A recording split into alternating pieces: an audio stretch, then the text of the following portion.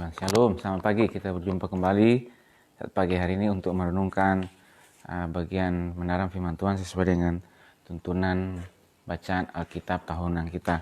Tapi sebelumnya mari kita kembali bersatu di dalam doa. Kami bersyukur kepadamu saat pagi hari ini Tuhan. Kami terima kasih kembali buat hari yang baru yang Tuhan beri bagi kami. Saat pagi hari ini kami sudah ada di hari yang ke-14 bulan Juni tahun 2020. Kami sungguh bersyukur, berterima kasih atas apa yang Tuhan lakukan.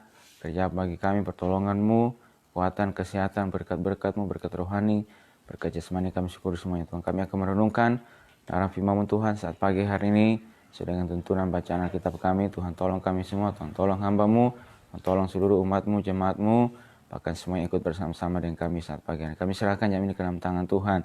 Di dalam nama Tuhan Yesus Kristus kami bersyukur dan berdoa kepada Bapa di surga. Haleluya. Amin. Puji Tuhan, saudaraku yang terkasih dalam Kristus Yesus, saat pagi hari ini di 14 Juni tahun 2020 kita sudah sampai di kitab Ayub pasal 13 sampai 15 dan di perjanjian baru yaitu Kisah Rasul pasal 9 ayat 26 sampai yang ke-43. Pagi hari ini kita akan merenungkan yaitu dari kitab Ayub pasal yang ke-15. Kitab Ayub pasal yang ke-15 ini adalah perkataan Elifas yang kedua. Setelah di pasal yang keempat, Elifas memulai perkataannya pada Ayub, pandangannya tentang apa yang dialami, dan juga berikutnya setelah diskusi juga dengan dua teman yang lain ada Bildad, ada Sua, maka sekarang Elifas lagi di pasal yang ke-15. Jadi ini adalah bagaimana mereka salah menilai terhadap apa yang Ayub alami. Bahwa Ayub menderita oleh karena sebab dosa-dosanya. Sebab itu mereka menganjurkan Ayub untuk bertobat. Ya. Tapi kalau kita lihat dari pembicaraan ini, Ayub membela diri bahwa bukan karena dia melakukan dosa, kejahatan. Ya. Dan akhirnya kita lihat juga bagaimana sampai dalam pembicaraan itu oleh karena diserang terus oleh ketiga temannya ini, maka sampai terjadilah jangan dialog, ya, sampai akhirnya juga Ayub merasa diri paling benar dan menuduh Allah berbuat yang curang sampai dia mengalami kepahitan, mau mengeraskan hatinya dan seterusnya. Dan sekarang kita akan lihat di pasal yang ke-15 ini, ya. Di pasal yang ke-15 ini Elifas dan teman-temannya menjadi kecewa sewaktu melihat nasihat-nasihat mereka tidak diterima, ya. Jadi Elifas dan teman-temannya, sehingga terjadilah sampai kalau kita lihat, kita baca ini semacam kekecewaan dan juga argumentasi dan juga sampai boleh katakan marah terhadap Ayub oleh karena nasihat mereka, pandangan mereka yang tidak diterima, ya, yang boleh katakan. Dan kita akan lihat di sini bagaimana kita baca, misalnya kita akan baca di ayat yang ke-5 sampai yang ke-10. Kesalahanmu lah yang mengajar mulutmu dan bahasa orang licik yang kau pilih. Mulutmu sendirilah yang mempersalahkan engkau, bukan aku. Bibirmu sendiri menjadi saksi menentang engkau. Apakah engkau dilahirkan sebagai manusia yang pertama, atau dijadikan lebih dahulu daripada bukit-bukit? 8. Apakah engkau turut mendengarkan di dalam musyawarah Allah dan meraih hikmat bagi dirimu? Apakah yang kau ketahui yang tidak kami ketahui? Apakah yang kau mengerti yang tidak terang bagi kami? Di antara kami juga ada orang yang beruban dan yang lanjut umurnya, yang lebih tua umurnya daripada ayahmu. Nah, saudaraku, jadi ini sudah sampai boleh katakan ini karena kekecewaan jadi menyerang Ayub. Dan kalau kita lihat nanti tanggapan Ayub sampai di situ mengatakan di pasal yang ke-16 itu, hal seperti itu telah acap kali ku dengar, penghibur sialan kamu semua. Jadi saudaraku, sampai berkatakan ini sampai Ayub juga sampai marah oleh karena serangan yang bertubi-tubi dari teman-temannya yang selalu terus mempersalahkan.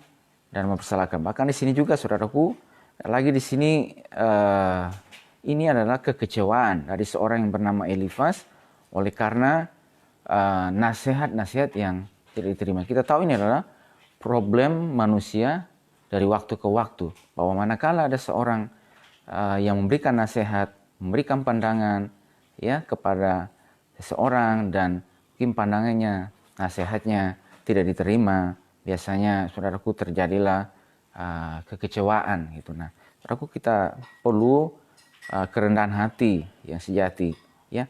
Mereka yang memiliki kerendahan hati dalam pikiran dan hati mereka tidak akan merasa terhina ya, dan terluka tak kala nasihat mereka tidak diterima atau dihargai. Nah, kita lihat juga satu contoh di dalam Alkitab. Suatu ketika seorang penasihat Daud yang bernama Ahitofel, dan ketika Daud itu harus lari dari Absalom anaknya oleh karena Absalom ingin mengkudeta Daud ayahnya, maka dimintalah petunjuk, nasihat ya. Pada saat itu Ahitofel memberikan nasihat. Nasihat yang pertama diterima dengan baik oleh Absalom dan dilakukan. Pada nasihat yang berikutnya, yang kedua, kata firman Tuhan di sana bahwa Ahitofel memberikan nasihat ini dan itu, dan sebelum pandangan atau nasihat daripada Ahitofel tersebut akan dieksekusi oleh Absalom, maka juga minta pandangan nasihat dari Husai, sahabat Daud. Nah, saudaraku, Absalom dan orang-orang yang pada saat itu menilai bahwa kali ini nasihat Husai itu lebih baik daripada Ahitofel. Dan saudaraku, akhirnya nasihat Husai itu yang dilakukan. Dan kalau kita baca di kitab Samuel itu, saudaraku, oleh karena Ahitofel ini yang nasihatnya tidak diterima, maka dia kembali ke rumahnya sendiri, mengurus rumah tangganya sendiri, mengurus rumahnya, dan di sana kata firman Tuhan, ia menggantung diri oleh karena membunuh diri, oleh karena nasihatnya yang tidak dipedulikan, tidak diterima.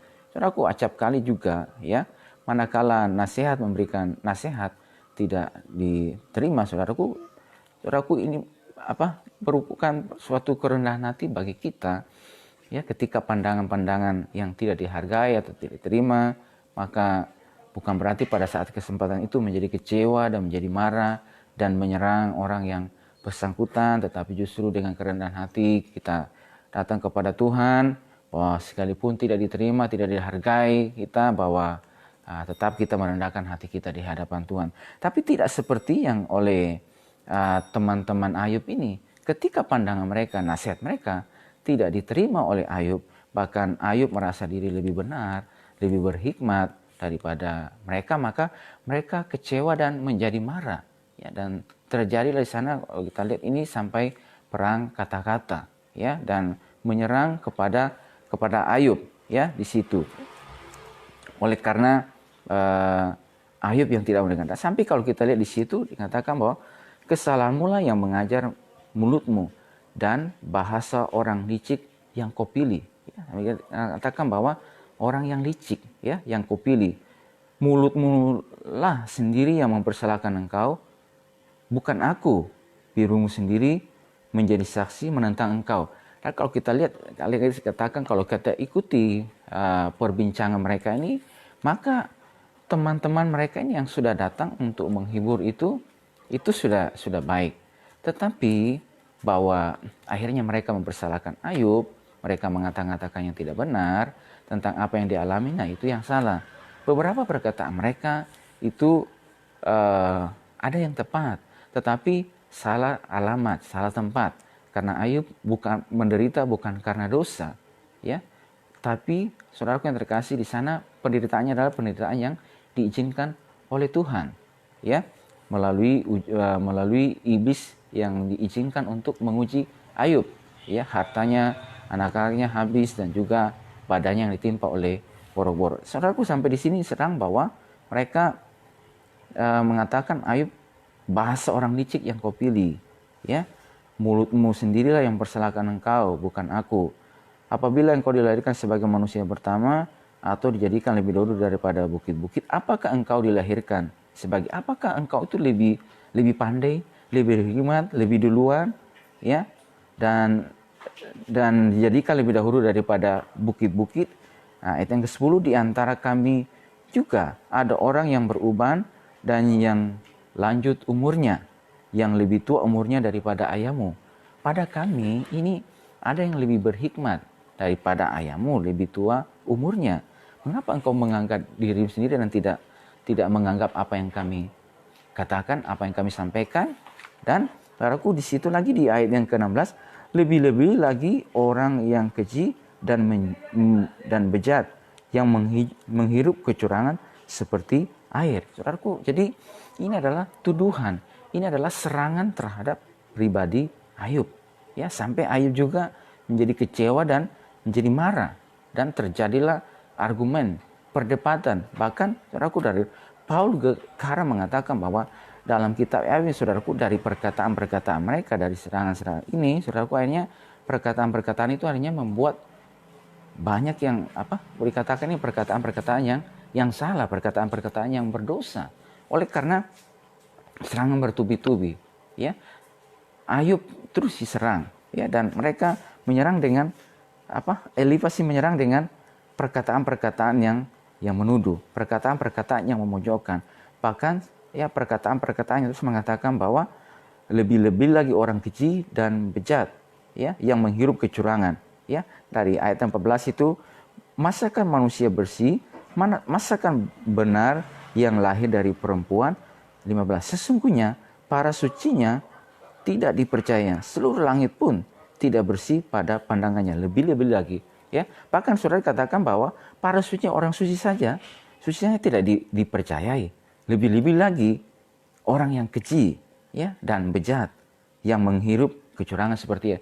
Lebih-lebih lagi engkau Ayub, ya, bahwa engkau ini dalam posisi sebagai orang yang keji dan bejat, yang menghirup kecurangan seperti air. Engkau melakukan kecurangan sehingga hal ini terjadi kepadamu. Saudaraku, kalau kita ikuti terus bacaan ini, maka akhirnya di pasal-pasal yang terakhir itu, sesudah Tuhan menegur Ayub, maka sekarang Tuhan marah terhadap ketiga orang sahabat Ayub ini, karena mereka mengatakan yang tidak benar tentang Ayub, ya, saudaraku. Dan di sana kita lihat sesudah Tuhan menegur Ayub dan maka dia merendahkan diri, ya, dan bertobat, ya, kepada Tuhan, dan menarik setiap perkataan-perkataannya. Nah, saudaraku yang terkasih, apa yang kita bisa baca, pelajari dari perenungan kita saat pagi hari ini, saudaraku? Nah, saudaraku, bagaimana kita menilai sesama kita yang menderita, dan penghiburan atau kata-kata seperti apa yang kita katakan? Ketika kita melihat saudara kita, teman kita, sesama orang beriman, dan mereka sedang mengalami dalam penderitaan, dalam ujian, dan juga dalam situasi hidup yang mereka alami, bagaimana kita menilai, itu sangat penting, ya. Bagaimana kita menilai apa yang mereka alami, maka lagi kita melihat bahwa harus menilai secara holistik, secara keseluruhan, ya, bahwa tidak semua orang yang menderita mengalami proses itu oleh karena dosa, oleh karena kesalahan yang melakukan, ya, saudaraku. Acap kali banyak juga bahwa itu oleh karena Tuhan sedang menguji mereka, ya. Tuhan sedang mengizinkan pencobaan itu terjadi untuk lagi lebih memperkuat lagi, misalnya menguji mereka, sebagaimana firman Tuhan di dalam bagian yang lain, dalam Petrus mengatakan bahwa kita seperti diuji seperti emas yang dimurnikan dalam dapur peleburan api, nah, ya, supaya kita dimurnikan, ya. Nah, ketika kita melihat hal tersebut, apa yang kita katakan ini sangat penting, ya. Jangan sampai kita mulai menyerang, jangan sampai kita mulai mengatakan hal-hal yang tidak benar, ya, tentang saudara seiman kita di dalam Tuhan. Dan kita sebagai jemaat Tuhan juga yang ada, saudaraku yang terkasih, firman Tuhan mengajar kepada kita bagaimana tentang perkataan kita. Dan yang berikutnya, saudaraku, bagaimana kita melihat diri kita sendiri atas apa yang sedang kita alami. Dan ini juga penting, saudaraku, bagaimana kita melihat diri kita. Ya, saudaraku, percayalah kalau misalnya kita hidup benar, hidup jujur, takut akan Tuhan, dan orang lain mungkin salah menilai kita, saudaraku yang terkasih, saudaraku, mari kita terus memandang kepada Tuhan. Mari kita terus, saudaraku, menilai diri kita, bahwa menilai atau melihat diri kita itu seperti apa yang Tuhan katakan. Saudaraku, Daud juga mengatakan bahwa banyak orang yang berkata tentang aku, baginya tidak ada pertolongan. Ya, ada orang-orang yang memberikan penilaian yang salah tentang apa yang Daud alami. Tetapi saudaraku, pada hal itu Daud menguatkan kepercayaan kepada Tuhan. Tetapi aku kepada kasih setiamu aku percaya, ya. Aku akan tetap memuji Engkau, tetap diam dalam bait-Mu, ya, dan seterusnya. Jadi artinya sekalipun saudaraku orang memberikan penilaian, orang memberikan tanggapan, orang memberikan salah tentang dirinya, tentang pribadinya, maka bagaimana dia menilai dirinya sendiri itu sangat penting. Nah, ketika dia menilai dirinya, saudaraku yang terkasih, berdasarkan kebenaran firman Tuhan, maka itu akan terus memperkuat dia, ya, akan membuat dia semakin kokoh, ya, di dalam Tuhan.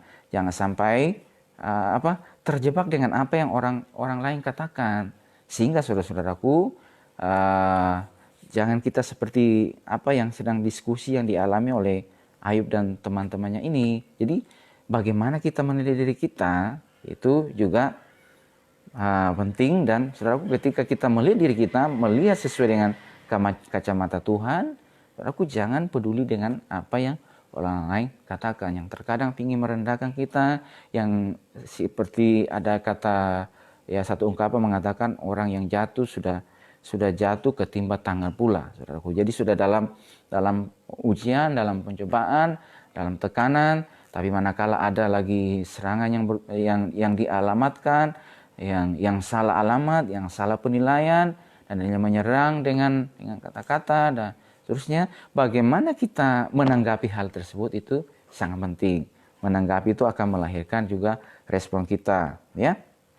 Berikutnya, jangan terpancing dengan kata-kata nasihat yang salah dari sesama, yang membuat kita dapat berdosa dengan mulut kita, ya. Menuduh Allah berbuat curang, tidak adil. Nah, saudaraku, ini juga penting. Saudaraku, manakala Elifas itu menuduh Allah sampai memojokkan, sampai menyerang dia, saudaraku, akhirnya Ayub juga terpancing, ya, dengan apa yang mereka tuduhkannya, mereka sampaikan kepadanya, ya, sampai apa yang kalau kita lihat dan kita juga, saudaraku, sampai dia menuduh Allah berbuat yang curang, tidak adil. Maka saudaraku, sampai saya kalau kita baca terusnya bahwa dia merasa bahwa dia lebih benar, ya, daripada sehingga Tuhan, saudara-saudaraku, dalam beberapa pasal yang terakhir sesudah Elihu ia memberikan pandangannya, maka saudaraku, berikutnya Tuhan dari dalam badai kata firman Tuhan menantang Ayub. Dari situ Ayub merendahkan diri dan menarik kembali semua ucapannya, ya. Jadi oleh karena apa? Ini ada pandangan yang keliru, ada serangan yang keliru terhadap Ayub. Kalau yang terkasih dalam Kristus Yesus, jadi kita sebagai anak-anak Tuhan, sebagai orang percaya, bagi jemaat yang dikasih oleh Tuhan pada situasi pada zaman ini, saudaraku yang terkasih, maka kita jangan terpancing, ya, dengan nasihat atau kata-kata yang ingin memojokkan, yang ingin saudaraku salah menilai terhadap posisi kita yang kita alami pada. Semua orang tidak akan pernah luput dari yang namanya pergumulan, tantangan, penderitaan, ujian, dan seterusnya. Dan terkadang saja dalam perjalanan kita ini, saudaraku, ada bahasa-bahasa atau ada tanggapan yang salah menilai terhadap situasi kita. Nah, manakala ada tanggapan yang salah terhadap situasi kita, saudaraku terkasih, jangan terpancing dengan hal tersebut. Tetapi saudaraku yang terkasih, mari kita tetap itu yang tadi saya katakan, bahwa mari kita melihat diri kita sebagaimana Tuhan melihat. Kita mau contoh kepada apa yang Daud lakukan, ya, sebagai seorang yang raja, yang bagaimana dalam perjalanan ada begitu banyak, ya, ada begitu banyak musuh, ada begitu banyak orang yang mengikhtiarkan, mencabut, bahkan juga ada perkataan-perkataan, ya, yang salah memberikan penilaian terhadap Daud. Bahkan saya mengatakan bahwa bagi Daud tidak akan ada pertolongan lagi, ya, tetapi Daud berkata bahwa aku kepada kasih setiamu akan percaya. Nah, saya akan bacakan terakhir bagi kita bahwa di Mazmur pasal yang ketiga, Mazmur Daud ketika ia lari dari Absalom anaknya, ya Tuhan, betapa banyaknya lawanku, banyak orang yang bangkit menyerang aku. Ayat yang ketiga, banyak orang yang berkata tentang aku, baginya tidak ada pertolongan daripada Allah. Tetapi Engkau, Tuhan, adalah perisai yang melindungi aku, Engkaulah kemuliaanku dan yang mengangkat kepalaku. Dengan nyaring aku berseru kepada Tuhan, dan ia menjauh aku dari gunungnya yang kudus. Ya, banyak orang yang bangkit, ya, menyerang aku. Banyak orang yang berkata tentang aku, baginya tidak ada pertolongan. Tetapi Engkau, Tuhan, adalah perisai yang melindungi aku. Engkaulah kemuliaanku dan yang mengangkat kepalaku. Ada begitu banyak orang di sini kata firman Tuhan yang menyerang, yang berkata tentang aku, bahwa bahkan sampai mereka berkata bahwa baginya tidak ada pertolongan. Tetapi apa yang Daud lakukan? Tetapi Engkau, Tuhan, adalah perisai yang melindungi aku. Ya, artinya bahwa Tuhan, Engkau tahu keberadaanku ya Tuhan. Engkau tahu ini hidupku. Engkau tahu seluruh hatiku yang ada. Ya, karena itu sekalipun apa orang katakan tentang ini, apa yang disampaikan, bahkan saya mengatakan baginya tidak ada pertolongan, tetapi aku percaya bahwa Engkau adalah perisai yang melindungi aku. Engkaulah kemuliaanku dan yang mengangkat kepala. Dengan nyaring aku berseru kepada Tuhan dan ia menjawab aku dari gunungnya yang kudus. Saudaraku yang terkasih, kuatkan setiap hati kita, langkah kita, itu yang juga saya katakan kemarin, yang sampai pergumulan, penderitaan, ujian yang kita alami, membuat kita menjadi orang yang pahit, mengeraskan hati kita.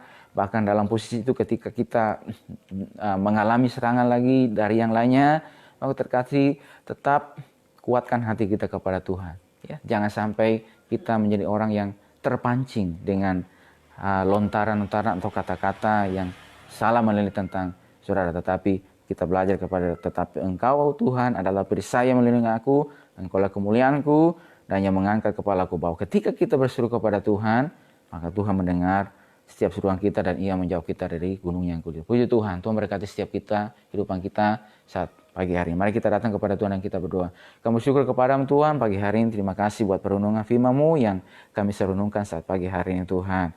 Apa ajar kami terus ya Tuhan, untuk ya Tuhan terus hidup dan berjalan sesuai dengan ya Tuhan kebenaran firman-Mu ya Tuhan. Bahkan ya Tuhan dalam perjalanan kami, maka kala Tuhan izinkan ada ujian, ada cobaan ya Tuhan, kami ya Tuhan terus ya Tuhan kuat ya Tuhan dalam Engkau ya Tuhan. Mengarahkan hati kami, pandangan kami kepada Tuhan. Dan kami oleh pertolongan Tuhan dimampukan untuk tidak pengaruh, tidak digoyahkan oleh ya Tuhan perkataan-perkataan yang salah menilai tentang kami. Yang salah ya Tuhan dialamatkan kepada kami ya Tuhan. Tuhan tolong setiap kehidupan kami. Tuhan tolong setiap langkah kami. Tuhan tolong sepanjang hari dan Tuhan tolong seluruh umat-Mu pada hari ini Tuhan. Tuhan terus menolong, memberikan kekuatan bagi seluruh umat-Mu dalam setiap apa yang mereka alami, setiap gumuli, setiap ujian, cobaan yang mereka alami. Tuhan berikan kekuatan untuk mereka boleh terus ya Tuhan bertahan dalam Engkau dan oleh pertolongan Tuhan menerima kasih karunia daripada Tuhan, menerima pertolongan, menerima jalan keluar daripada Tuhan. Kami bersyukur kepada-Mu saat pagi hari ini. Terima kasih buat hari yang baru ini. Di dalam nama Tuhan Yesus Kristus, kami bersyukur dan berdoa kepada Bapa di surga. Haleluya. Amin. Puji Tuhan, Tuhan berkati kita semua sepanjang hari ini. Dan Shalom.